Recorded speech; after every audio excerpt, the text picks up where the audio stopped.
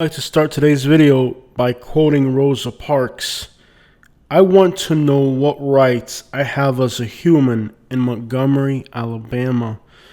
However, despite the civil rights movement in the past, today Alabama continues to struggle to give people the civil rights that they deserve. And that is what today's video is about. We're all familiar with the civil rights struggle of Rosa Parks and Martin Luther King in Montgomery and Selma, Alabama. However, a lot of us are not aware that the civil rights violations in Alabama continue to this day.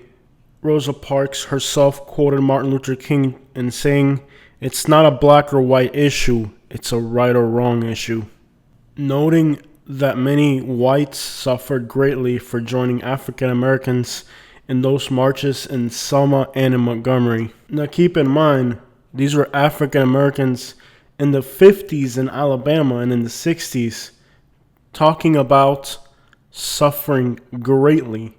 That means that the whites in Alabama who supported African Americans in their movement went through hardships themselves to stand up, not for white or for black, but for what was right or was wrong. And today in Alabama, in the year 2023, something very wrong is taking place. And just like Rosa Parks wanted to know what rights she has as a human in Montgomery, Alabama, I also ask, as a Hispanic today, what rights do I have in Montgomery, Alabama? According to HB 56, the state law of Alabama, not very many. This law requires police officers to have interrogations and extended detentions to Hispanics or anyone else who does not appear to be a U.S. citizen. Means if you are a U.S. citizen of Hispanic or Asian background, you can and will be detained in Alabama and forced to prove your citizenship. The intent of this law is to demoralize anyone who moves to Alabama who is not of American citizenship by birth. The law also unlawfully obstructs access to public services like hospitals and using the police. The reason that I moved out of Millbrook, Alabama is because after being robbed, I tried to file a police report with the Millbrook Police Department. The Millbrook Police Department told me that I was an illegal Mexican and that as an illegal Mexican, I would not be allowed to use their public services because the services of the state of Alabama were for American only, and that I, as an illegal Mexican, could not use the public services of the state of Alabama. However, these officers had my driver's license, my Alabama concealed carry permit, which is a form of ID that immigrants were using when being detained in Alabama to show it to law enforcement to let them know that the state of Alabama had already certified that they were legal and had issued them a concealed carry permit. Ironically, Alabama just got rid of their concealed carry permit, which was one of the few tools that anybody moving to Alabama from any type of ethnic background could use to reaffirm their legality to carry weapons in the state of Alabama, which means that the state of Alabama continues their awful legacy of human rights violations and moving into a new era with new laws and new regulations that continue to strip the rights of the people.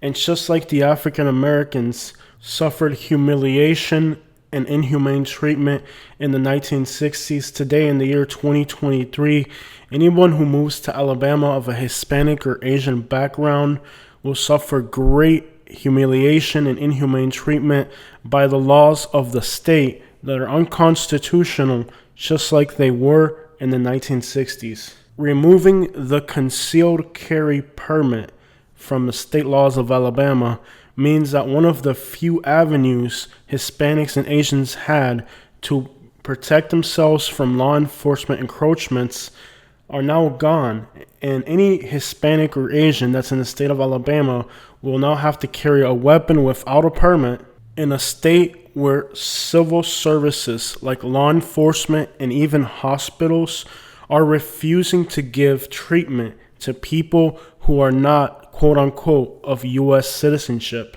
And let me clarify. It's not that you are or are not a U.S. citizenship. It is in the vocabulary of the law. If it is presumed by your ethnicity that you may not be a U.S. citizen, at that moment you are stripped of your rights until you prove that you are a U.S. citizen. So let's be clear that this law is not aimed at illegal immigrants. It is aimed at anyone who is presumed not to be white or black, born in the United States of American heritage. The intent of this law is clear and simple. It is to humiliate immigrants and to strip them of their U.S. citizenship or their access to public services, regardless if they're legal or not. At least the segregation laws of Alabama supplied a white and black option. This doesn't give you any options.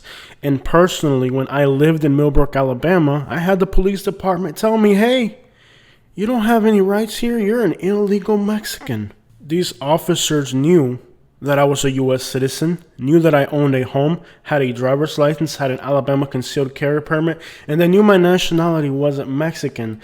The intent was clearly not to respect the laws of Alabama. It was to humiliate and take away my rights as a U.S. citizen and not allow me as a U.S. citizen to use the police to report a robbery, which has been going on in Alabama to the extent that now criminals are targeting Hispanic and Asian people because they know that the law enforcement will do absolutely nothing about it. Imagine now if during this robbery my guns had been stolen and the police refuses to take a case of me reporting my gun stolen. If my gun is stolen and used in a crime and the state of Alabama does not allow me to report the gun as stolen, the crimes committed with that gun will come back to me. In effect, what the state of Alabama has done is to disarm anyone who is of a non-white or black background. I encourage you to look up HB 56 and in detail study this law and the implications that it has on U.S. citizens who are of an ethnic background living in the state of Alabama. And while it is said to be an anti-illegal immigration law, I'm not an illegal immigrant, I'm a U.S. citizen. So what is this law really? This law is a discriminatory law to target, disarm, and humiliate anyone who is an immigrant despite the fact that they have legal status in the United States. That is what the state of Alabama is doing in the year 2023.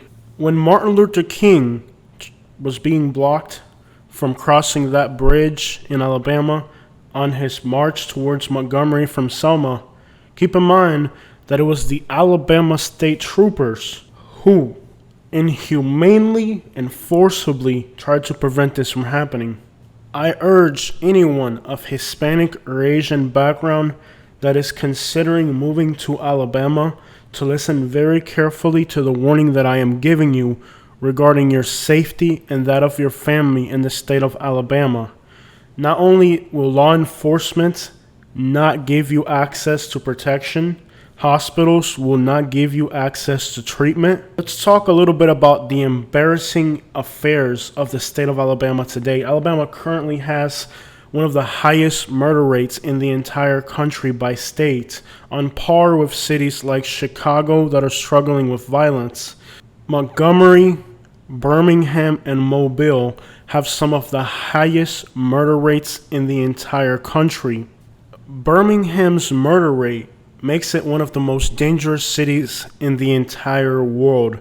One of the leading causes why murder is acceptable in the state of Alabama is because law enforcement seamlessly seems to not persecute black on black crime. If black people want to kill other black people, or if black people want to target Asians or Hispanics, the law is effectively not going to protect anyone who is not of white descent, which means that if a black person wants to kill another black person in the state of Alabama, There's no persecution or effort from law enforcement to ensure that the person that did this is going to be held accountable. And that is exactly what Martin Luther King mentioned in the 1960s when he described the situation in Alabama. Let me quote some of the words of Martin Luther King, and you can find this documentary on the internet. At the time, under George Wallace, there had been about 10 assassinations of black people that had gone completely uninvestigated by the law. Martin Luther King was disgusted at how inhumane the situation in Alabama had become. He used these chilling words that struck a chord with me based off of my life experiences in Alabama. Keep in mind, this is Martin Luther King speaking in the 1960s. This is a state that continues to deal with human life as if it were nothing. When you look at the situation of Alabama today in the year 2023, those chilling words of Martin Luther King continue to prove true. Alabama sees human life as absolutely nothing. The murder rate in Birmingham, Alabama is 77 out of 100,000. Mobile, Alabama has the lowest life expectancy of any city in the United States. Murders, car accident fatalities, and unexplained workplace accidents are the highest in Alabama and its cities compared to anywhere else in the United States. The chilling words of Dr. Martin Luther King that Alabama has no regard or respect for the dignity of human life continues to be true. The murder rate for Alabama and some of the adjacent states like Mississippi for the entire state are on par with some of the most dangerous cities like Chicago. Then add all of the unexplained car accidents and workplace accidents that Alabama has, many of which have a mysterious involvement from law enforcement. Dr. Martin Luther King was concerned and disgusted with the lack of respect for human life that the state of Alabama had back then. And unfortunately, many years later, absolutely nothing has changed. While the focus of inhumane treatment in Alabama has shifted directions, it continues to harbor the same hate that has blinded its people for decades, if not centuries. I remember when I first moved to Montgomery, Alabama, I was part of a Facebook group, and a video showed up of two young African American women pulling on each other's hair violently while hundreds of people overlooked the event doing absolutely nothing. And I made a comment that got hundreds of likes. I said, and I was very fresh to Alabama. I had just moved to Alabama. I didn't understand what I was getting into. But I said the following comment. I said, the legacy of Rosa Parks was of kindness, of love towards each other. Look at this video. Does this represent what Rosa Parks stood for?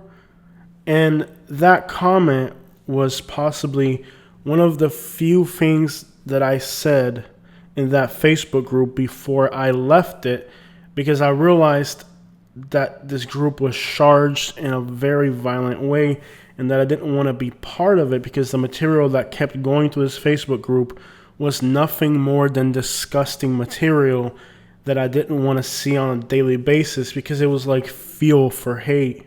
Non-violent resistance was the staple of Martin Luther King. He said, make sure that our hands are clean, fight with love, live with white people as our brothers, was the ideology that Martin Luther King wanted. Martin Luther King wanted to see the white Alabamians as brothers, not as enemies, or not just as equal parts, but as brothers. However, despite the fact that today the state of Alabama quite possibly has more hate and prejudice than it did back in that era, segregation laws kept different groups separate. Today's laws in Alabama outright deny any type of civil services. At least Rosa Parks was able to get on the bus.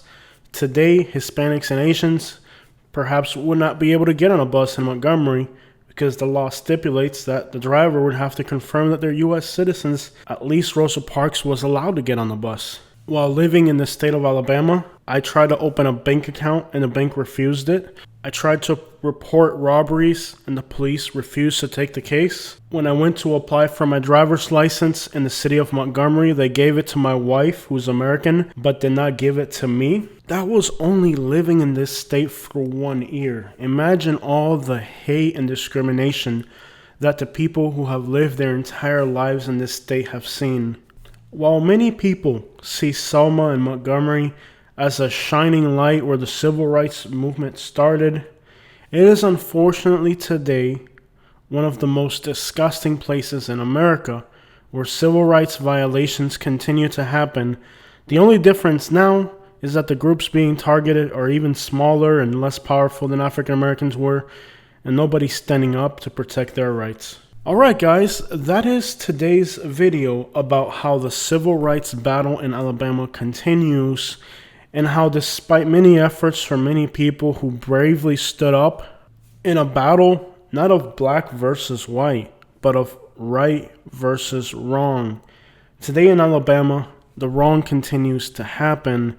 Unfortunately today, nobody's willing to stand up and expose, let alone risk their own lives and their own safety for a cause that many people, even those who are victims, are afraid to stand up and voice their struggles in their day-to-day life in this state of Alabama.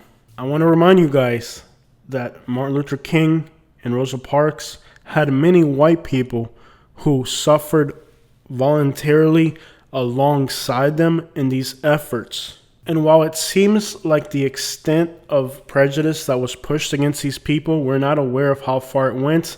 When we look at the vocabulary that Dr. Martin Luther King and Rosa Parks used to describe what happened to the white people that participated in these events, we should remember that it wasn't a battle against black and white, but of right versus wrong.